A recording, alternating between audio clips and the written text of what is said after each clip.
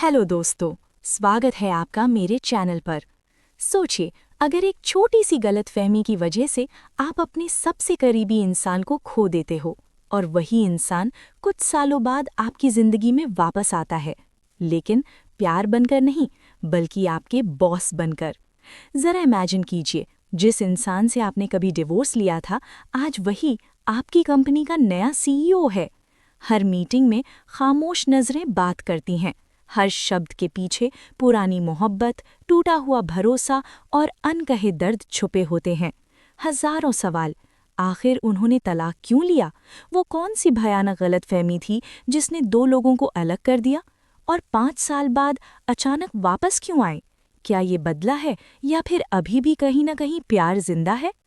इस कहानी में है ड्रामा, इमोशंस, गुस्सा, प्यार और कुछ ऐसी सच्चाई जो सब कुछ बदल कर रख देगी। क्या आखिरकार उनकी गलतफहमी दूर हो पाएगी या फिर बीता हुआ कल सब कुछ फिर से बर्बाद कर देगा? इन सब सवालों के जवाब जानने के लिए वीडियो को एंड तक जरूर देखना। तो चलिए कहानी शुरू करते हैं। कहानी की शुरुआत होती है हमारी हीरोइन युन सिंह से, जो हॉस्पिटल में डिलीवरी पेन से जूझ रही होती है। उसकी हालत बहुत ज्यादा नाजुक होती है। कुछ ही देर में एक खौफनाक बात सामने आती है। युन सिंह पर इल्जाम लगता है कि उसका किसी और के साथ अफेयर था। उसकी कुछ तस्वीरें उसके पति जियांग के हाथ लग जाती हैं, जो जियांग ग्रुप का पावरफुल सीईओ है। हॉस्पिटल के बाहर जियांग की मां, जो कंपनी की डायरेक्टर भी है, बेचैनी से इंतजार कर रही होती है। तभी डॉक्टर आकर कहता है, पेशेंट की कंडीशन बहुत क्रिटिकल है। मां और बच्चे में से सिर्फ एक को बचाया जा सकता है। और उस पल जियांग की मां एक ऐसा फैसला लेती है जो युन सिंह की जिंदगी बर्बाद कर देता है। चाहे युन सिंह की जान चली जाए, लेकिन मेरे पोते को बचाना चाहिए। ये साफ हो जाता है कि युन सिंह की जिंदगी की किसी को कोई परवाह नहीं। आईसीयू के अंदर क्या हुआ, ये किसी को नहीं दिखाया जाता, लेकिन बाहर मीडिया और रिपोर्टर्स की भीड़ लग जाती है।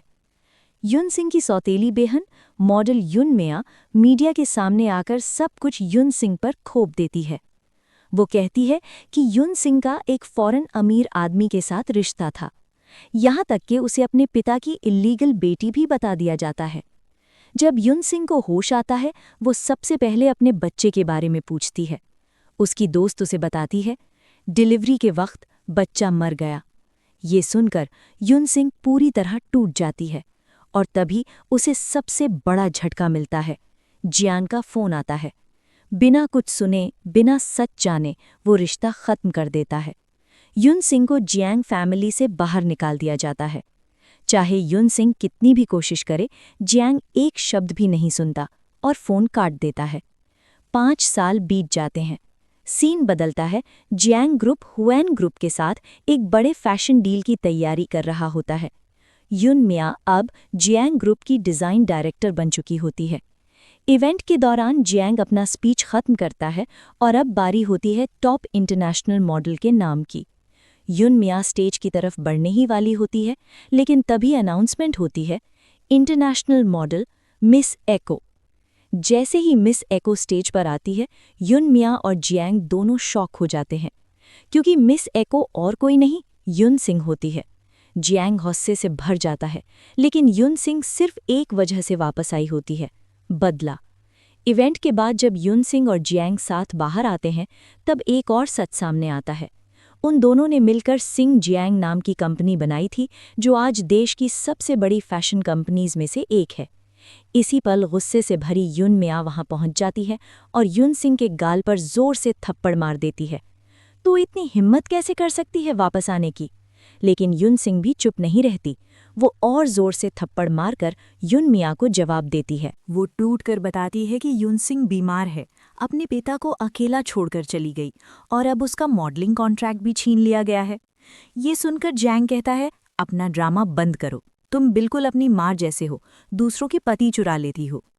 यान मिया उसे थप्पड़ मारने जाती है, लेकिन जियांग उसे रोक देता है और चुपचाप चले जाने को कहता है। जियांग सिर्फ खामोशी से युन सिंह की तरफ देखता रहता है। युन सिंह ठंडे स्वर में कहती है, ये तो बस शुरुआत है, मेरा बदला अभी शुरू हुआ है। वो दृढ़ता से कहती है, 5 साल पहले जो कुछ मैंने खोया था सब मैं वापस लूंगी, और वहां से चली जाती है। अगला सीन दिखाता है कि युनसिंग जैसे ही गाड़ी से उतरती है, पिछली सीट से एक छोटा लड़का कूदकर उतरता है और उसे माँ कहकर बुलाने लगता है। युनसिंग हैरान होकर इधर-उधर देखती है। जल्द ही पता चलता है कि लड़के का नाम अन है। उधर जियांग भी घर में अन को ढूंढ रहा होता है। अन घर से भाग आया होता है। गुस्से में जियांग अपने असिस्टेंट को डांटता है कि 5 साल के बच्चे का ध्यान कैसे नहीं रखा। वो सारे घर के स्टाफ को बदलने का ऑर्डर देता है। अन की घड़ी में ट्रैकर लगा होता है, जिससे जियांग उसकी लोकेशन पता कर लेता है और तुरंत उसे ढूंढने निकल पड़ता है। इधर युनसिंग अन से बात करती है। वो उसका नाम और माँ बाप के बारे में पूछती है। अन सीधे साधे तरीके से जवाब देता है, तुम ही तो मेरी माँ हो। युनसिंग हंसकर कहती है, बच्चों को झूठ नहीं बोलना चाहिए। अन उदास होकर कहता है, मुझे कोई पसंद नहीं करता। पापा हमेशा काम में बिजी रहते हैं। अब माँ भी मुझे प्यार नहीं करती। जज्बाती होकर युनसिंग उसे प्यार से संभालती है और अन फिर से मुस्कुरा देता है। अन को देखकर युनसिंग को अपने खोए हुए बच्चे की याद आ जाती है। अगर वो जिंदा होता तो आज अन के ही बराबर होता। तभी जियांग वहां पहुंच जाता है। दोनों एक दूसरे को देखकर चौंक जाते हैं।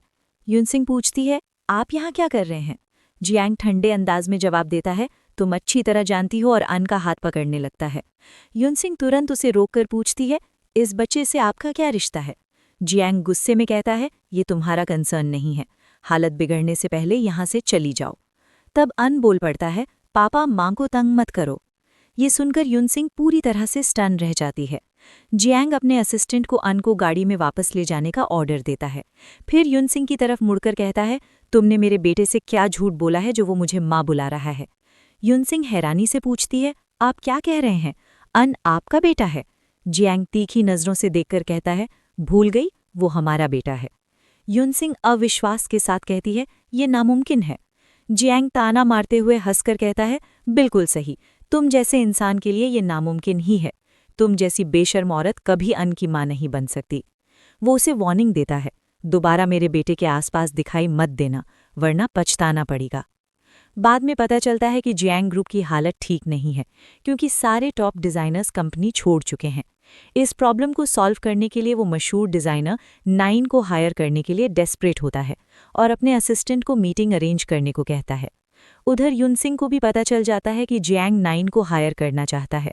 वो मुस्कुराकर कहती है कि अगले दिन वो जियांग को एक बड़ा झटका देगी। अगले दिन युनसिंग नाइन के ऑफिस पहुंचती है, जहां जियांग पहले से ही वेट कर रहा होता है। युनसिंग को देखकर जियांग गुस्से में चिल्ला पड़ता है कि नाइन जैसा बड़ा डिज़ाइनर कभी उसके साथ काम नहीं करेगा। लेकिन युनसिंग उसे पूरी तरह से शॉक कर देती है, क्योंकि असली नाइन वो खुद होती है। जियांग अविश्वास में जम जाता है। तभी एक स्टाफ मेंबर आकर उसे रिस्पेक्ट के साथ मिस नाइन कहकर बुलाता है। जियांग को मानना पड़ता है कि ये सच है। गुस्से और शर्मिंदगी में वो वहां से जाने लगता है, लेकिन युनसिंग उसे रोक लेती है। वो शांत स्वर में उसकी कंपनी की बुरी हालत का जिक्र करती है और चेतावनी देती है कि अगर नाइन ने मदद से इनकार किया तो उसकी कंपनी जल्द ही दिवालिया हो जाएगी। जियांग ठंडे अंदाज में जवाब देता है, पर्सनल और बिजनेस बातों को मिक्स मत कीजिए। बताइए, मेरी कंपनी ज्वाइन करने के बदले आप क्या चाहती हैं? युनसिंग साफ तौर पर जवाब देती है, एक लीगल डिवोर्स। पता चलता है कि उनका कभी ऑफिशियली डिवोर्स हुआ ही नहीं था। जियांग तुरंत इस बात को रिजेक्ट कर देता है, क्योंकि अगर वो मान जाता तो युनसिंग एलुमनी के रूप में उसकी प्रॉपर्टी का बड़ा हिस्सा ले लेती, जो वो कभी बर्दाश्त नहीं करेगा। गुस्से में वो वहां से चला जाता है। अगले सीन में जियांग के घर पर एन की देखभाल के लिए 3 नैनीज इंटरव्यू के लिए आती हैं। उनमें से एक युनसिंग होती है। फ्लैशबैक में दिखाया जाता है कि युनसिंग पहले भी चोरी छिपे जियांग के घर घुस चुकी थी, अपने चुराए गए डिज़ाइन्स ढूंढने के लिए। ये वही डिज़ाइन्स थे जो यान मियाँ ने चुराकर जियांग की कंपनी में सबमिट किए थे और जिनकी वजह से वो फेमस होकर डिज़ाइन डायरेक्टर बन गई थी। युनसिंग असली कॉपीज़ वापस लाना चाहती है ताकि कॉपीराइट क्लेम करके जियांग की कंपनी की रेपुटेशन बर्बाद कर सके, क्योंकि जब उसे सबसे ज़्यादा ज़रूरत थी जियांग ने उसे छोड़ दिया था। उसे ये भी पता चलता है कि जियांग की ज़िंदगी में जो नई औरत है वो इस काम के लिए बी डिवाइस नाम का एक महंगा गैजेट यूज़ करती है। ये तितली की शेप का ब्रोच होता है जो उसका असली चेहरा लोगों से छुपा देता है, लेकिन कैमराज में सब कुछ साफ दिख जाता है। इसलिए इसे यूज़ करते वक्त सीसीटीवी कैमराज से दूर रहना पड़ता है। प्रेजेंट में वापस आते हैं। जियांग युनसिंग को पहचान नहीं पाता।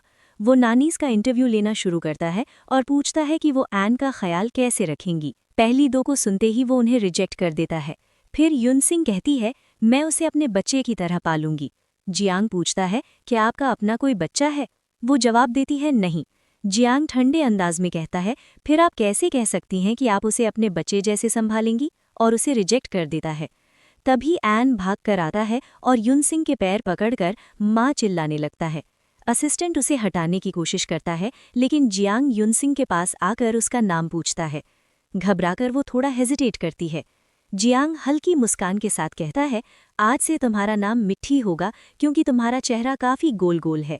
जियांग उसे घर के काम के लिए एक ऐसा आउटफिट देता है जो वेट्रेस यूनिफॉर्म जैसा लगता है। युनसिंग अपनी तलाश शुरू करती है, लेकिन वहाँ किसी औरत के कपड़े नहीं मिलते। इससे वो हैरान हो जाती है और सोचती है कि जियांग की जिंदगी की वो दूसरी औरत आखिर कौन है। सुबह युनसिंग जियांग के लिए हनी वाटर लेकर आती है। वो देखती है कि जियांग नींद में धीरे धीरे कुछ बोल रहा है, जैसे वो किसी को जाने से रोक रहा हो। युनसिंग उसे जगा देती है और जियांग रिफ्लेक्स में उसे गले लगा लेता है। खुद को छुड़ाने के लिए युनसिंग उसे हल्का सा धक्का देती है और गलती से एक हल्की सी चपट मार देती है। हैरान होकर जियांग उठकर बैठ जाता है। युनसिंग मजाक में कहती है कि वो बहुत हल्का सोने वाला है। कप रखने की आवाज़ से ही उसकी नींद टूट गई। जियांग उसकी बात मान लेता है और उसे जाने को कह देता है। बाद में कंपनी में शेयर होल्डर्स की मीटिंग होती है, इसलिए युनसिंग जियांग के लिए शर्ट तैयार करती है। उसकी लॉकर पर नज़र पड़ती है और उसे याद आता है कि जियांग सारे इंपॉर्टेंट डॉक्यूमेंट्स वहीं रखता है। लॉकर देखते वक्त वो फिसलकर गिरने ही वाली होती है, लेकिन जियांग उसे पकड़ लेता है। युनसिंग लॉकर खोलने का तरीका सोचने लगती है और घर के बाकी हिस्सों को चेक करती है। उसे पता नहीं होता कि जियांग ने पूरे घर में हिडन कैमराज लगवा रखे हैं। जब जियांग फुटेज चेक करता है तो स्क्रीन पर युनसिंग का चेहरा देखकर वो चौंक जाता है। फिर भी वो उसे काम करने देता है, क्योंकि वो जानना चाहता है कि वो उसके घर आखिर क्या करने आई है।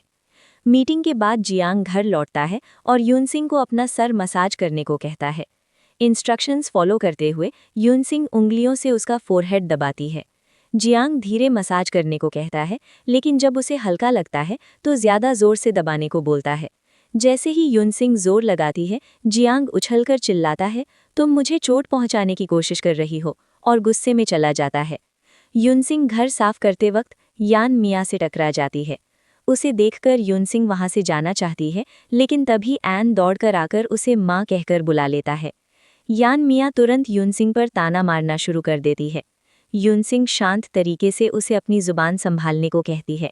गुस्से में यान मिया युनसिंग को थप्पड़ मारने की कोशिश करती है, लेकिन तभी जियांग वहां आ जाता है। जियांग को देखते ही यान मिया का बिहेवियर बदल जाता है और वो प्यार भरे अंदाज में बात करने लगती है, जबकि जियांग उस पर बिल्कुल ध्यान नहीं देता। फिर यान मिया जानबूझकर जियांग को फंसाने की कोशिश करती है। वो अपना पैर जियांग के पैर से फंसा देती है ताकि वो गिर जाए। जियांग फिसलता है, लेकिन यान मिया पर गिरने के बजाय सीधा युनसिंग के ऊपर गिर जाता है। दोनों एकदम पास आ जाते हैं। उनके चेहरे सिर्फ कुछ इंच की दूरी पर होते हैं। यान मिया मदद के लिए उठती है, लेकिन उसका पैर मुड़ जाता है और वो दोनों पर गिर पड़ती है। इस झटके से जियांग और युनसिंग के होंठ गलती से एक दूसरे को छू जाते हैं। आसपास मौजूद सब लोग शॉक्ड रह जाते हैं। खड़े होते ही युनसिंग गुस्से में जियांग के गाल पर जोर से थप्पड़ मारती है। हैरानी की बात ये होती है कि जियांग कोई विरोध नहीं करता। युनसिंग के जाने के बाद जियांग यान मिया को बताता है कि शाम को हुइन कॉस्मेटिक्स के ब्रांड इवेंट में जाना है और उनके प्रोडक्ट्स यूज़ करने होंगे। वो उसे क्लियर इंस्ट्रक्शन देता है कि कंपनी की सीईओ मिसेस हुआ के सामने उनके प्रोडक्ट्स की तारीफ करे ताकि उनकी नज़र में आए। यान मिया मना करती है और कहती है कि हुइन के कॉस्मेटिक्स लो क्वालिटी के हैं और स्किन को नुकसान पहुंचा सकते हैं। जियांग सख्ती से उसे याद दिलाता है कि अगर वो कॉन्ट्रैक्ट चाहती है तो इवेंट में उनके प्रोडक्ट्स यूज़ करना ही होगा। शाम को यान मिया मिसेस हुआ की तारीफ करना शुरू करती है और इंडस्ट्री में एको के नाम से मशहूर युनसिंग की जगह लेने की कोशिश करती है, लेकिन मिसेस हुआ उस पर ज़्यादा ध्यान नहीं देती। जैसे ही एको यानी युनसिंग वहां पहुंचती है, मिसेस हुआ उसका दिल से स्वागत करती हैं।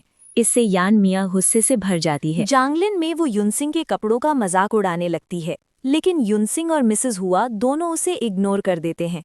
बेइज्जती महसूस करके यान मिया चिल्लाने लगती है और युनसिंग पर मॉडलिंग कॉन्ट्रैक्ट चुराने का इल्ज़ाम लगा देती है। पार्टी के सारे लोग तमाशा देखने इकट्ठा हो जाते हैं। तभी एक वॉइस रिकॉर्डिंग चलती है। वो रिकॉर्डिंग यान मिया की होती है, जिसमें वो पहले हुआन कॉस्मेटिक्स की बुराई कर चुकी होती है। युनसिंग ने ये रिकॉर्डिंग छुपकर की होती है। ये सुनकर मिसेस हुआ अनाउंस करती हैं कि वो अब कभी यान मिया के साथ काम नहीं करेंगी और तुरंत युनसिंग को हुआन का नया ब्रांड एम्बेसडर घोषित कर देती हैं। गुस्से से पागल होकर यान मिया हाथ से जोर का वार करती है। उसकी उंगली में पहनी रिंग से युनसिंग की गर्दन पर चोट लग जाती है और खून निकल आता है। जियांग उसे रोकने के लिए दौड़ता है, लेकिन यान मिया विक्टिम बनने का नाटक करती है। जियांग उसका ड्रामा समझ जाता है और जब युनसिंग वहां से जाने लगती है तो वो उसकी चोट को लेकर क्लियरली परेशान दिखता है। नैनी के भेस में युनसिंग सोचती है कि क्या जियांग सच में उसके लिए चिंता करता है, क्योंकि वो उसके पीछे तक आ गया था। तभी उसे महसूस होता है कि उसका बायोनिक आई डिवाइस ठीक से काम नहीं कर रहा। वो अपार्टमेंट के बाहर जाती है और देखती है कि जियांग वहां बैंडेज लेकर खड़ा है। वो बिना कुछ कहे वहां से चला जाता है। ये देखकर युनसिंग का दिल एक पल के लिए पिघल जाता है और वो फिर से उसके बारे में सोचने लगती है। बाद में वो अपने बायोनिक आई के मेकर को मैसेज भेजकर उसे रिपेयर करवाती है। डिवाइस ठीक होने के बाद वो फिर से जियांग के घर वापस आ जाती है। जियांग जब घर आता है तो युनसिंग उसे अवॉइड करने की कोशिश करती है, लेकिन वो उसे रोककर कहता है कि बात करते वक्त सामने देखकर बात करे। उसकी नज़र युनसिंग के गले के जख्म पर पड़ जाती है। वो धीरे से कहता है कि सिर्फ बैंडेज काफ़ी नहीं है, प्रॉपर ड्रेसिंग ज़रूरी है। जियांग फर्स्ट एड बॉक्स निकालता है और बड़े प्यार से युनसिंग के जख्म की सफाई करता है। इस दौरान दोनों फिर से काफ़ी पास आ जाते हैं। उसी पल यान मिया उन्हें साथ देख लेती है। वो वहाँ इस इरादे से आई होती है कि जियांग के साथ रात गुजारे ताकि प्रेग्नेंट हो जाने पर जियांग उसे शादी करने पर मजबूर हो जाए। उधर युनसिंग अपनी दोस्त से आन के बारे में इन्फॉर्मेशन निकालने को कहती है। तभी वो देखती है कि यान मिया चुपके से जूस में कुछ मिला रही है, ताकि जूस पीने के बाद जियांग उसकी तरफ अट्रैक्ट हो जाए। जियांग, जो सीसीटीवी कैमरास पर सब देख रहा होता है, ये भी नोटिस कर लेता है। यान मिया के जाने के बाद युनसिंग वही जूस दूसरे ग्लास में डालकर उसमें स्लीपिंग पाउडर मिला देती है और यान मिया का ओरिजिनल ग्लास फ्रिज में रख देती है। थोड़ी देर बाद यान मिया वापस आती है और दोनों ग्लासेस जियांग के पास ले जाती है, जैसे सब कुछ नॉर्मल हो। जियांग, जो पहले से ही सस्पिशियस होता है, जूस नहीं पीता, लेकिन यान मिया पीती है और कुछ ही देर में सो जाती है। जियांग, जिसने थोड़ा सा जूस टेस्ट किया होता है, बाहर जाता है और युनसिंग को देखकर पूछता है कि वो वापस क्यों आई है। 5 साल पुराना सारा गुस्सा वो उस पर निकाल देता है। युनसिंग चौंक जाती है और सोचती है कि डिस्गाइज ब्रोच पहने होने के बावजूद जियांग उसे कैसे पहचान गया। तब जियांग अचानक माफ़ी मांगता है और कहता है कि उसे गलती से वो अपनी एक्स वाइफ लगी थी। फिर जियांग फ्रिज से 2 ग्लास जूस ले आता है, वही जो यान मिया ने बनाया था। दोनों जूस पीते हैं, लेकिन थोड़ी ही देर में उन्हें अजीब सी गर्मी महसूस होने लगती है। युनसिंग पूछती है कि ये जूस कहाँ से आया। जियांग जवाब देता है कि फ्रिज से। युनसिंग तुरंत समझ जाती है कि ये वही नशा टाइप जूस है। जूस के असर से जियांग अपना कंट्रोल खो देता है, बहुत ज़्यादा इमोशनल हो जाता है और युनसिंग को घूरने लगता है। युनसिंग भागकर बाथरूम में चली जाती है ताकि बच सके, लेकिन जियांग उसका पीछा करता है और ज़बरदस्ती उसे किस कर लेता है। युनसिंग उसे होश में लाने के लिए शावर चला देती है, लेकिन कोई फ़ायदा नहीं होता। दोनों के जज्बात बेकाबू हो जाते हैं और रात दोनों के बीच करीबी पलों में गुजर जाती है। अगली सुबह युनसिंग जियांग के पास ही उठती है। वहीं उसे जियांग का पुराना फ़ोन मिलता है। वो फेस आईडी का यूज़ करके फ़ोन अनलॉक करती है और उसमें मौजूद पासवर्ड प्रोटेक्टेड सारे फाइल्स अपने फ़ोन में ट्रांसफ़र कर लेती है। फिर वो फाइल्स अपने हैकर दोस्त को डिकोड करने के लिए भेज देती है और चुपचाप वहाँ से चली जाती है। लेकिन जियांग सिर्फ सोने का नाटक कर रहा होता है। वो आंखें खोल लेता है। बाद में युनसिंग जियांग को उनके कोलैबोरेशन पर बात करने के लिए फ़ोन करती है और ख़ुद को अपनी डिज़ाइनर 9 के रूप में इंट्रोड्यूस करती है। जियांग जल्दी ही ऑफिस में मिलने के लिए मान जाता है। इस बार वो डिवोर्स का जिक्र नहीं करता। कॉन्ट्रैक्ट साइन करते वक्त युनसिंग का मेल फ्रेंड जानबूझकर बीच में आ जाता है और एक प्यारा सा बहाना बनाकर उसे रोक लेता है, ताकि जियांग उसे घर ले जा सके और कॉन्ट्रैक्ट पर दोबारा बात हो। युनसिंग का दोस्त उसे जियांग के साथ जाने से मना करता है। इस पर जियांग फिर से गुस्सा हो जाता है और वहां से चला जाता है। तब युनसिंग का दोस्त पूछता है कि जियांग डिवोर्स क्यों नहीं चाहता। युनसिंग जवाब देती है कि वो बिजनेस और पर्सनल मैटर्स को अलग रखना चाहता है। दोस्त उसे वार्न करता है कि शायद वो जियांग के बारे में ज़्यादा सोच रही है, लेकिन उसे अपना बदला नहीं भूलना चाहिए। युनसिंग कहती है कि वो बदला नहीं भूली है। वो जियांग ग्रुप के साथ सिर्फ इसलिए कोऑपरेट कर रही है ताकि उसकी पूरी कंपनी अपने हाथ में ले सके। फिर उसका दोस्त अन के बारे में एक इम्पॉर्टेंट बात बताता है। वो कहता है कि अन के पेरेंट्स एक एक्सीडेंट में मर गए थे, उसके बाद जियांग ने उसे अडॉप्ट किया था। उधर जियांग अपने असिस्टेंट को ऑर्डर देता है कि 5 साल पहले यूनसिंग और एक विदेशी रिच मैन के साथ जो वायरल फोटोज हुई थीं, उनकी पूरी इन्वेस्टिगेशन करे। इसी बीच यूनसिंग का हैकर दोस्त जियांग के सारे पासवर्ड प्रोटेक्टेड फाइल्स डिक्रिप्ट कर लेता है और जियांग और एक और औरत के बीच के मैसेजेस ढूंढ निकालता है। इन चैट से यूनसिंग को पता चलता है कि जियांग ने उससे सिर्फ बच्चे की वजह से शादी की थी और बच्चा पैदा होने के बाद ही उसे घर से निकालकर उस दूसरी औरत से शादी करने का प्लान बना लिया था। यूनसिंग को जियांग और उस औरत की एक फोटो मिलती है जो उसे अंदर तक तोड़ देती है। जियांग कितना ज्यादा निर्दयी है, ये सच जानकर यूनसिंग उसे पूरी तरह बर्बाद करने का फैसला करती है। वो दोबारा नैनी के भेष में आती है और छुपकर जियांग के घर में घुस जाती है। वो उसका लॉकर खोलती है। लॉकर का पासवर्ड 20 होता है, वही तारीख जब उनकी शादी हुई थी, जब उनके बच्चे का जन्म हुआ था जो बाद में मर गया, और उसी दिन जियांग ने यूनसिंग को घर से निकाल दिया था। लॉकर के अंदर उसे जियांग के असली डिज़ाइन फाइल्स मिल जाती हैं। जैसे ही वो निकलने वाली होती है, जियांग अचानक आ जाता है। यूनसिंग जल्दी से अलमारी बंद कर देती है, लेकिन उसका कपड़ा उसमें फंस जाता है। तभी जियांग का असिस्टेंट आकर बताता है कि अन अपने बर्थडे पर यूनसिंग को इनवाइट करना चाहता है और अगर वो नहीं आई तो वो बर्थडे सेलिब्रेट ही नहीं करेगा। जियांग नोटिस करता है कि अलमारी में यूनसिंग का कपड़ा अटका हुआ है और समझ जाता है कि वो अंदर छुपी हुई है। वो जोर जोर से बोलता है कि वो जरूर यूनसिंग को बर्थडे पर इनवाइट करेगा और उसे पूरा यकीन है कि वो आएगी। ये कहकर वो वहां से चला जाता है। यूनसिंग इस मौके का यूज अन के बारे में और जानने के लिए करती है और शाम को बर्थडे पार्टी में पहुंच जाती है। वो अन को एक गिफ्ट देती है जिसे अन खुशी खुशी एक्सेप्ट कर लेता है, लेकिन यून मिया का दिया हुआ गिफ्ट अन रिजेक्ट कर देता है। इस बात पर जियांग की मां गुस्सा हो जाती है और यूनसिंग को वहां से जाने को कह देती है, लेकिन जियांग उसे रोक लेता है और कहता है कि यूनसिंग अन की गेस्ट है और यहीं रहेगी।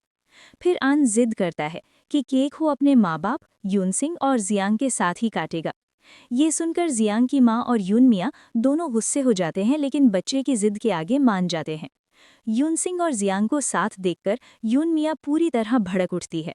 गुस्से में वो यूनसिंग पर एक ग्लास पानी फेंकती है और चिल्लाकर कहती है कि वो उसका जियांग छीनना चाहती है, लेकिन जियांग उल्टा यून मिया को उसके बदतमीज बिहेवियर के लिए डांट देता है। वो यून मिया की तरफ से यूनसिंग से माफ़ी मांगता है और उसे अंदर जाकर कपड़े बदलने को कहता है। जियांग की माँ कहती है कि यहाँ किसी औरत के कपड़े नहीं हैं। तब अन बोलता है, हैं, मेरी माँ के कपड़े हैं। ये कहकर वो यूनसिंग को उस साइड के कमरे में ले जाता है जो लॉक्ड था और जहाँ जाने से जियांग के असिस्टेंट ने मना किया था।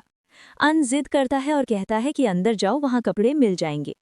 जैसे ही यूनसिंग कमरे में जाती है, वो देखती है कि जियांग ने 5 साल पुराने उसके सारे कपड़े अब तक संभाल कर रखे हुए हैं, यहाँ तक कि वो बेबी क्लोथ्स भी रखे हुए थे जो उन दोनों ने साथ में खरीदे थे।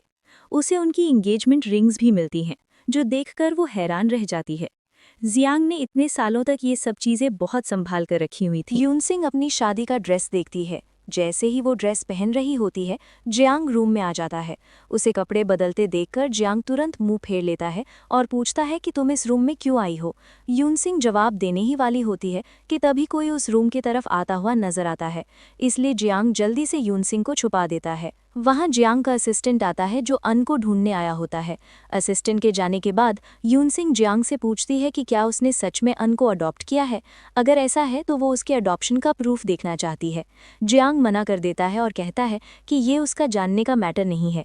यूनसिंग जवाब देती है कि ये उसका मैटर है, क्योंकि अन उसे माँ कहकर बुलाता है। इस पर जियांग ताना मारते हुए कहता है कि अन अपनी नैनी को भी माँ कहकर बुलाता है, तो क्या उसे नैनी के अडॉप्शन का प्रूफ भी दिखाना पड़ेगा। ये सुनकर यूनसिंग गुस्सा हो जाती है और जियांग को वहां से जाने को कह देती है। फिर यूनसिंग शादी का ड्रेस पहनकर बाहर आती है। उसे देखकर जियांग की माँ और यून मिया दोनों हैरान रह जाते हैं, लेकिन अन जिद करता है कि यूनसिंग को उनके साथ रहना होगा। इस पर यून मिया और जियांग की माँ गुस्से में वहां से चली जाती हैं। उस रात यूनसिंग और जियांग मिलकर अन का बर्थडे सेलिब्रेट करते हैं। वो डांस करते हैं और खुशी मनाते हैं। जब सोने का टाइम होता है तो अन अकेला सोने से मना कर देता है और कहता है कि वो अपने माँ बाप के साथ ही सोएगा। इसलिए जियांग यूनसिंग से रिक्वेस्ट करता है कि वो अन के लिए रुक जाए और यूनसिंग मान जाती है। सोते वक्त अन उन दोनों के हाथ पकड़ लेता है और धीरे धीरे सो जाता है। अगली सुबह जियांग उठता है और देखता है कि यूनसिंग तब तक जा चुकी होती है। तब उसका असिस्टेंट आकर बताता है कि 5 साल पहले यूनसिंग और उस विदेशी अमीर आदमी के साथ जो फोटोज वायरल हुई थीं वो पूरी तरह फेक थीं, उनमें से कोई भी असली नहीं थी। ये सुनकर जियांग को बहुत ज़्यादा पछतावा होता है। उसे एहसास होता है कि यूनसिंग बिल्कुल बेगुनाह थी, फिर भी उसने इतने सालों तक उसे गलत समझा। असिस्टेंट उसे सलाह देता है कि उसे यूनसिंग के साथ बात करके ये गलतफहमी दूर करनी चाहिए, लेकिन जियांग कहता है कि ये इतना आसान नहीं है, वो उसे आसानी से माफ़ नहीं करेगी, इसलिए उसे धीरे धीरे उसके करीब जाना होगा। जब जियांग यूनसिंग के बारे में पूछता है तो असिस्टेंट बताता है कि वो एक मेल मॉडल के साथ फोटोशूट पर गई हुई है। ये सुनकर जियांग तुरंत वहां जाने के लिए निकल पड़ता है। वहां पहुंचकर वो देखता है कि यूनसिंग उस मेल मॉडल के साथ काफ़ी क्लोज पोजेस दे रही है। ये देखकर जियांग गुस्से में आ जाता है। वो मॉडल की क्रिटिसिज्म करने लगता है और कहता है कि वो ठीक से पोज नहीं दे रहा। फिर जियांग खुद ही सेट पर घुस जाता है और यूनसिंग के साथ पोज देने लगता है। शूट के बीच में ही जियांग अचानक यूनसिंग को अपनी तरफ खींच लेता है और उसे किस कर लेता है। ये देखकर वहां मौजूद सब लोग हैरान रह जाते हैं। मेल मॉडल गुस्से में कहता है कि जियांग यूनसिंग के साथ बदतमीजी कर रहा है और वो इस बात की कंप्लेंट कंपनी के सीईओ मिस्टर जियांग से करेगा। लेकिन जब उसे पता चलता है कि जिसने किस किया वो खुद सीईओ जियांग है तो वो तुरंत चुप हो जाता है। जियांग गुस्से में उसे वहां से हट जाने को कह देता है। तभी क्रू में से कोई जानबूझकर स्टेज लाइट यूनसिंग की तरफ गिरा देता है, लेकिन जियांग भागकर उसे बचा लेता है। इस दौरान प्रॉप्स लगने से जियांग का हाथ बहुत ज्यादा जख्मी हो जाता है। यूनसिंग तुरंत उसे हॉस्पिटल ले जाती है। यूनसिंग असिस्टेंट से कहती है कि वो जियांग का ख्याल रखे, लेकिन असिस्टेंट कहता है कि जियांग इस हाल में यूनसिंग की वजह से है, इसलिए उसे ही उसका ख्याल रखना चाहिए। ये कहकर वो ऑफिस के काम का बहाना बनाकर चला जाता है। जियांग अटेंशन पाने के लिए अपने हाथ के बहुत ज्यादा दर्द का नाटक करने लगता है। यूनसिंग डॉक्टर को बुलाने लगती है, लेकिन जियांग उसे रोककर मजाक में पूछता है कि क्या वो उसके लिए चिंता कर रही है। यूनसिंग सीधा जवाब देती है कि नहीं, उसके पास उस पर वक्त बर्बाद करने का टाइम नहीं है और वो वहां से चली जाती है। कुछ देर बाद यनसिंग एक हाउसमेट के भेस में वापस आती है। ये देखकर जियांग चुपचाप खुश हो जाता है। फिर वो उसे साथ में लंच करने का इनविटेशन देता है। यनसिंग बताती है कि एन भी उनके साथ आया है, इसलिए तीनों मिलकर लंच करने जाते हैं। लंच के दौरान जियांग अपना ड्रामा जारी रखता है। वो दिखाता है जैसे वो एक हाथ से ठीक से खा ही नहीं पा रहा। वो अटेंशन पाने के लिए ज्यादा एक्टिंग करता है, लेकिन यनसिंग उसकी तरफ देखती तक नहीं। आखिर में जियांग कहता है कि वो उसे खिला दे। यनसिंग खाने के बड़े बड़े टुकड़े बनाकर थोड़े रफ तरीके से उसे खिला देती है। अपने पापा को मुश्किल से चबाते देखकर एन खुशी से हंस पड़ता है। बाद में जब जियांग अपने लैपटॉप पर काम कर रहा होता है, यनसिंग उसे पानी देती है और जाने लगती है, लेकिन जियांग उसे रोककर कहता है कि वो एक हाथ से टाइप नहीं कर पा रहा और उसे मदद चाहिए, इसलिए दोनों साथ बैठकर काम करने लगते हैं। तभी जियांग की माँ वहां आ जाती है और उन दोनों को साथ देखकर जोर जोर से चिल्लाने लगती है। वो पूछती है कि वो इस काम वाली लड़की के साथ यहाँ क्या कर रहा है। वो जियांग को खींचकर बाहर ले जाती है और कहती है कि वो इस काम वाली को निकाल दे और उसकी जगह युन मियाँ जियांग का ख्याल रखेगी। फिर वो यनसिंग को डांटती है और कहती है कि जियांग उसकी वजह से जख्मी हुआ है। इस पर जियांग का सब्र टूट जाता है। वो कहता है कि उसे पता है कि यनसिंग पर हुआ अटैक उसकी माँ ने ही प्लान करवाया था। ये सुनकर उसकी माँ खुद को जस्टिफाई करते हुए कहती है कि उसने ये सब जियांग के भले के लिए किया, क्योंकि 5 साल बाद भी वो लड़की उसे पकड़ने की कोशिश कर रही है। यहाँ ये सच सामने आता है कि जियांग सच में यनसिंग से प्यार करता था। 5 साल पहले उसने अपनी माँ की मर्जी के खिलाफ जाकर यनसिंग से शादी की थी। यनसिंग जियांग के पिता की नाजायज़ बेटी थी, इसलिए जियांग की माँ ने कभी भी ये शादी एक्सेप्ट नहीं की और यनसिंग से और ज़्यादा नफरत करती रही। लेकिन जियांग सख्त अंदाज में अपनी माँ को वार्न करता है। वो कहता है, यनसिंग अभी भी मेरी वाइफ है, हमारे बीच क्या होगा ये सिर्फ मेरा डिसीजन है। उससे दूर रहो और अगर तुमने दोबारा उसे नुकसान पहुंचाने की कोशिश की तो मैं भूल जाऊंगा कि तुम मेरी माँ हो। ये कहकर वो गुस्से में वहां से चला जाता है। बाद में जियांग को अर्जेंटली बाथरूम जाने की जरूरत पड़ती है, लेकिन जख्मी हाथ की वजह से वो अपनी पैंट की जिप नहीं खोल पाता, इसलिए वो यनसिंग को मदद के लिए बुलाता है। यनसिंग शर्मिंदगी में वहीं खड़ी रह जाती है। फिर पता चलता है कि जियांग का ऑपरेशन होने वाला है, जिससे उसकी माँ बहुत चिंतित हो जाती है। थोड़ी देर बाद डॉक्टर बाहर आकर बताता है कि जियांग का ऑपरेशन सफल रहा है, लेकिन वो अभी बेहोश है, इसलिए कुछ देर बाद ही उससे मिल पाया जा सकेगा। यनसिंग जो छुपकर पास ही ये सब सुन रही होती है, वहीं खड़ी रह जाती है। यूनसिंग ये सुनकर बहुत खुश हो जाती है कि जियांग सेफ है, लेकिन बाहर निकलते वक्त गलती से वो एक नर्स से टकरा जाती है। इससे उसका ब्रेस नीचे गिर जाता है और दोबारा टूट जाता है। उसी वक्त डॉक्टर वहां आ जाता है और उसे जियांग की वाइफ के रूप में पहचान लेता है। वो कहता है कि एन बिल्कुल उसकी तरह दिखता है, आंखें, भौएं, सब कुछ सेम है। डॉक्टर फिर कहता है कि जियांग हॉस्पिटल में एडमिट होने के बाद भी वो एक बार भी उसे देखने नहीं आई। वो पूछता है, क्या आप सच में काम में इतनी बिजी हैं? यूनसिंग जवाब देती है, ऐसा कुछ नहीं है, और मन ही मन सोचने लगती है, क्या मैं सच में जियांग और एन की माँ हूँ? बाद में वो जियांग का शुक्रिया अदा करना चाहती है क्योंकि उसने उसकी जान बचाई थी। वो फिर से अपना फ़ोन चेक करती है और 5 साल पुरानी तस्वीरें देखती है। इस बार वो उसी लड़की के साथ चैट मैसेजेस भी पढ़ती है, लेकिन ये चैट्स पहले वाले चैट्स से बिल्कुल अलग होती हैं। इन चैट्स में लड़की जियांग को ल्योर करने की कोशिश कर रही होती है, लेकिन जियांग साफ मना कर देता है और कहता है कि उसकी वाइफ यूनसिंग ही उसकी सब कुछ है। ये देखकर यूनसिंग एक साथ खुश भी होती है और कंफ्यूज भी।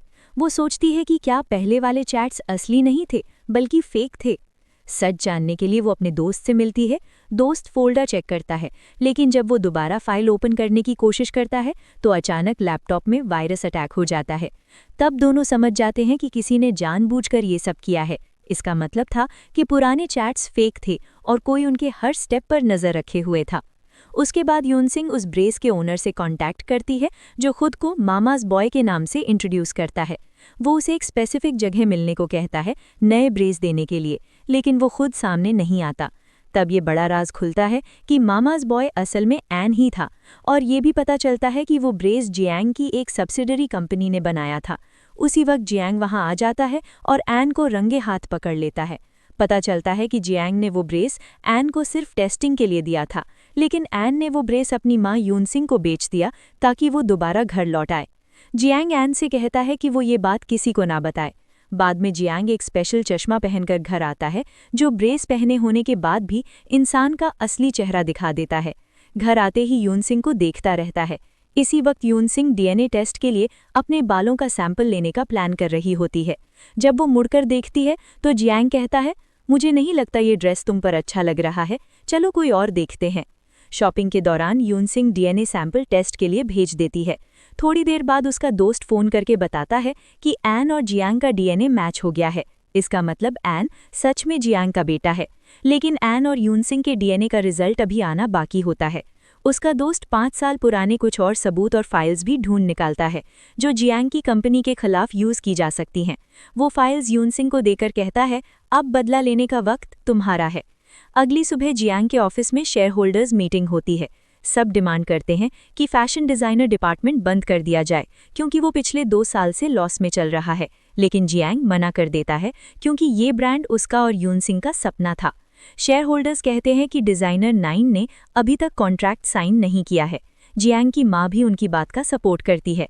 जैसे ही वो डिपार्टमेंट बंद करने का अनाउंसमेंट करने वाले होते हैं, तब यूनसिंग 9 के रूप में मीटिंग में एंटर करती है। सब लोग हैरान रह जाते हैं। किसी को यकीन नहीं होता कि यूनसिंग ही फेमस डिज़ाइनर 9 है। जब जियांग उसके डॉक्यूमेंट्स और प्रूफ्स दिखाता है, तब सब मान जाते हैं।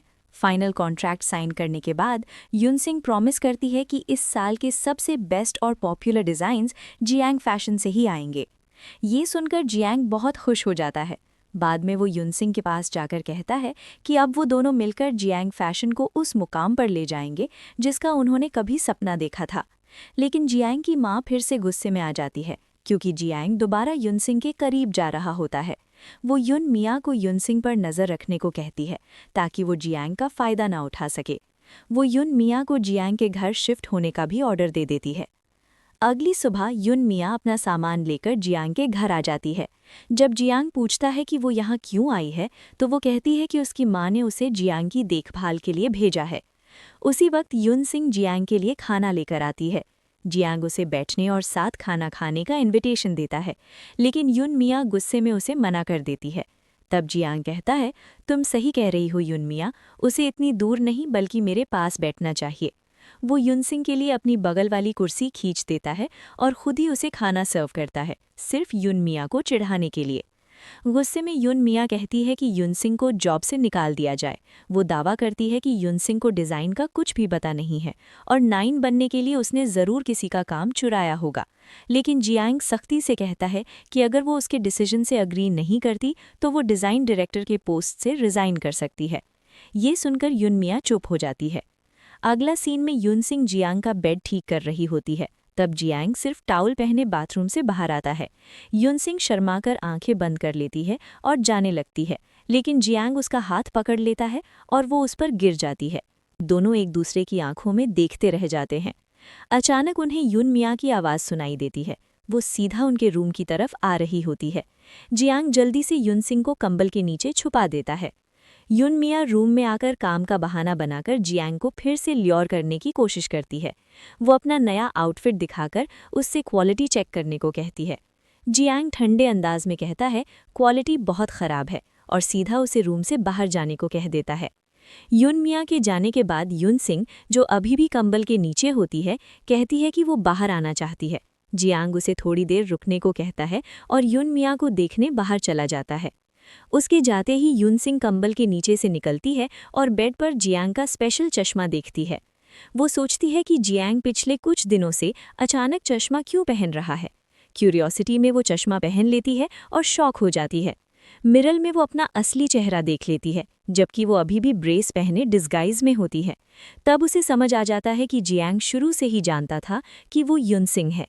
अगली सुबह गुस्से में युनसिंग उसके रूम में जाकर जियांग के गाल पर जोर से थप्पड़ मारती है। जियांग स्टन्ड हो जाता है और अपने गाल पर हाथ रखकर पूछता है, क्या हुआ, तुमने मुझे क्यों मारा? युनसिंग गुस्से में कहती है, क्योंकि तुमने मुझे दोबारा टच किया और ऐसा कुछ किया जो मैं शब्दों में बयान नहीं कर सकती। और ये कहकर वो रूम से भाग जाती है। बाद में जियांग युनसिंग को एक मॉडल की डिस्गाइज में कंपनी ले जाता है, क्योंकि उसने डिज़ाइनर नाइन को अपने नए डिज़ाइन्स दिखाने के लिए बुलाया होता है। लेकिन क्योंकि नाइन खुद युनसिंग ही होती है, वो एक जगह एक साथ नहीं जा सकती, इसलिए उसकी दोस्त उसकी जगह वहाँ पहुँचती है। जब जियांग उस दोस्त से नाइन के बारे में पूछता है तो वो कहती है कि नाइन और वो बचपन की दोस्त और बिजनेस पार्टनर्स हैं। नाइन आए या वो खुद आए, कोई फर्क नहीं पड़ता। थोड़ी देर बाद जियांग की माँ और यून मियाँ भी वहाँ आ जाती हैं, क्योंकि वो डिज़ाइन डिपार्टमेंट का हिस्सा होती हैं।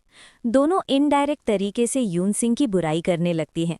अपनी बात प्रूव करने के लिए जियांग युनसिंग को एक ड्रेस पहनाता है जो उसने असल में अपनी एक्स वाइफ के लिए डिज़ाइन किया था, लेकिन कभी दे नहीं पाया।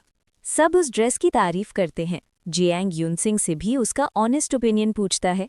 युनसिंग सच बोलती है और कहती है कि ड्रेस बिल्कुल परफेक्ट नहीं है और उसमें काफ़ी डिज़ाइन फ्लॉज बताती है। ये सुनकर यून मियाँ गुस्से में आ जाती है और युनसिंग को थप्पड़ मारने के लिए हाथ उठाती है, लेकिन हल्ला गुल्ला में वो गलती से जियांग को धक्का दे देती है और उसका स्पेशल चश्मा गिरकर टूट जाता है। निराश होकर जियांग मीटिंग सस्पेंड कर देता है और वहाँ से चला जाता है। उसके जाने के बाद यून मियाँ जियांग की माँ के पास जाकर कहती है कि जियांग उसकी तरफ बिल्कुल अट्रैक्ट ही नहीं हो रहा। तब जियांग की माँ एक चालाक प्लान बताती है। वो कहती है कि यून मियाँ के पिता अब फॉरेन से वापस आ गए हैं और युनसिंग उनका बहुत रिस्पेक्ट करती है। अगर वो युनसिंग को जियांग से दूर रहने को कह दे तो युनसिंग उनकी बात मानने पर मजबूर हो जाएगी और उसी वक्त यून मियाँ जियांग के साथ आकर अपने पिता से कहेगी कि वो जियांग से शादी करना चाहती है। इस तरह युनसिंग हमेशा के लिए उनके रास्ते का कांटा बनकर हट जाएगी। इसी बीच जियांग अपना टूटा हुआ चश्मा ठीक करने की कोशिश कर रहा होता है। युनसिंग का काम खत्म हो जाता है और वो जाने लगती है। तब जियांग उसे रोककर धीरे से कहता है, अब तुम अपना ब्रेस उतार सकती हो, क्योंकि मैं तुम्हें पहचान चुका हूँ। जियांग दिल से युनसिंग से माफ़ी मांगता है और कहता है, मैं आज भी तुमसे उतना ही प्यार करता हूँ जितना 5 साल पहले करता था। लेकिन युनसिंग अभी भी गुस्से में होती है। वो कहती है, मैं जानती हूँ कि आपके जज्बात नहीं बदले और शायद हम दोनों के बीच सब कुछ ठीक भी हो सकता था, लेकिन पहले मुझे पूरी सच्चाई जाननी थी कि 5 साल पहले मुझे किसने फंसाया था। जियांग उसे प्रॉमिस करता है कि वो सच सामने लाने में उसकी मदद करेगा। बाद में युनसिंग अपने पापा से मिलने जाती है। जैसे कि एक्सपेक्टेड था, उसके पापा उसे सलाह देते हैं कि उसे जियांग को छोड़कर किसी और को चूज़ करना चाहिए, क्योंकि उसका डिवोर्स तो फाइनल हो चुका है और अब युन मियाँ को जियांग पसंद है। इसी वक्त युन मियाँ जियांग को साथ लेकर वहां पहुंच जाती है। प्लान के मुताबिक वो युनसिंग के पापा से कहती है, मैं जियांग से प्यार करती हूँ। पापा फिर युनसिंग की तरफ देखकर कहते हैं, तुम्हें अपनी बहन की खुशी के लिए जियांग को जाने देना होगा। युनसिंग बिल्कुल स्टन्ड हो जाती है, लेकिन जियांग तुरंत इंटरफेयर करता है। वो कहता है, मुझे युन मियाँ पसंद नहीं है और युनसिंग के साथ मेरा डिवोर्स अभी फाइनल नहीं हुआ है। अगर आप लोग ज़बरदस्ती उसे मुझसे दूर करना चाहते हैं तो ऐसा नहीं होगा। आखिरकार युनसिंग अपनी आवाज़ पाती है। वो अपने पापा की तरफ देखकर उन्हें अलविदा कहती है और जियांग के साथ वहां से चली जाती है। 5 साल पहले उसके पापा ने युन मिया की माँ के लिए उसकी माँ को छोड़ दिया था। ये सब उसी का बदला था। धीरे धीरे युनसिंग और जियांग का रिश्ता फिर से नया रूप लेने लगता है। जियांग फैशन में वापस आकर युनसिंग एक नया डिज़ाइन बनाती है। सबको वो डिज़ाइन पसंद आता है और प्रोडक्शन के लिए अप्रूवल मिल जाता है। स्टाफ उसे कॉन्ग्रेचुलेट करता है और जियांग खुद भी पर्सनल तौर पर उसे बधाई देने आता है। वो उसे शाम 5 बजे एक रेस्टोरेंट में मिलने का इनविटेशन देता है। एक्साइटेड होकर युनसिंग अपने कपड़े चूज करने लगती है। जैसे ही वो निकलने वाली होती है, अचानक उसे नौजिया फील होती है। उधर जियांग ऑलरेडी रेस्टोरेंट में उसका वेट कर रहा होता है। युनसिंग प्रेगनेंसी टेस्ट करती है और उसे पता चलता है कि वो प्रेग्नेंट है। उसकी फ्रेंड फ़ोन करके उसे उसकी जिम्मेदारी याद दिलाती है, इसलिए वो जियांग से मिलने चली जाती है। जियांग पुरानी डेटिंग मेमोरीज याद करने की कोशिश करता है और बातचीत करना चाहता है, लेकिन युनसिंग अपनी ही सोच में डूबी होती है। तभी उसे एक फ़ोन कॉल आता है। उसके पापा का इंतकाल हो चुका होता है। वो तुरंत वहाँ भागकर जाती है। इसी वक्त जियांग को भी उसकी माँ का फ़ोन आता है, जो बीमारी का बहाना बनाकर उसे घर बुलाती है। युनसिंग के पापा के घर पे पहले से ही मीडिया जमा होता है। ये सब क्लियरली जियांग की माँ और युन मिया का प्लान होता है। लेकिन जियांग बिल्कुल टाइम पर वहाँ पहुँच जाता है। वो मीडिया को रोकता है और समझ जाता है कि उसकी माँ क्या करना चाह रही है। ब्रेकिंग न्यूज़ के लिए ललचाई मीडिया तब चुप हो जाती है जब जियांग सबके सामने युनसिंग को किस करता है। अपनी माँ की तरफ इशारा करके जियांग फर्म आवाज़ में कहता है, इसके पीछे जो भी हो, मैं उसे नहीं छोड़ूंगा। बाद में जियांग युनसिंग को घर ले जाता है। जब दोनों अपनी गलतफहमियां दूर करने वाले होते हैं, तब युनसिंग को डीएनए रिपोर्ट मिलती है। रिपोर्ट से पता चलता है कि जियांग सच में फादर है, लेकिन युनसिंग बायोलॉजिकल मदर नहीं है। शौक और गुस्से में युनसिंग जियांग को धोखेबाज और झूठा कहकर चिल्लाती है और दरवाज़ा पटककर चली जाती है। जियांग बस कन्फ्यूजन में खड़ा रह जाता है। उसे समझ ही नहीं आता कि हुआ क्या। अगले दिन युनसिंग एक फोटोशूट में होती है। मीडिया पहले से ही हंगामा कर रही होती है। तभी एन ब्रेसलेट लेकर वहां आता है, जिसका यूज करके युनसिंग सेफली वहां से निकल जाती है। वो एन से कहती है, चाहे मैं तुम्हारी बायोलॉजिकल माँ ना हूं, लेकिन मैं हमेशा तुम्हें अपना बेटा ही मानती रहूंगी। इधर जियांग को युन मिया की असली सच्चाई का पता चलता है। उसने युनसिंग के डिज़ाइंस चुराकर अपने नाम से कंपनी में सबमिट किया था। जियांग पब्लिक में अपनी गलती मानता है, युन मिया को कंपनी से निकाल देता है और उसकी माँ भी अब उसका साथ देने से मना कर देती है। गुस्से में युन मिया युनसिंग पर बॉटल से अटैक करने की कोशिश करती है, लेकिन जियांग उसे शील्ड करता है। सिक्योरिटी गार्ड्स इंटरवीन करते हैं और युन मिया को हटा देते हैं। बाद में पता चलता है कि अन असल में युनसिंग और जियांग का ही बेटा है। पिछले 5 साल में दोनों को अलग अलग झूठ बताए गए थे। सच सामने आने के बाद सारी गलतफहमियां दूर हो जाती हैं। फिर युनसिंग एक और खुशखबरी देती है, वो फिर से प्रेग्नेंट होती है। ये सुनकर जियांग खुशी से पागल हो जाता है। आखिरकार सारे गुनहगार पनिश होते हैं। जियांग अपनी मां को बोर्ड से हटा देता है और जस्टिस स्टार्ट होता है। जियांग अपनी कंपनी पूरी तरह युनसिंग के नाम ट्रांसफ़र करने का डिसीजन लेता है, जो उसकी सिंसियरिटी प्रूव करता है। सब मिसअंडरस्टैंडिंग्स खत्म हो जाती हैं।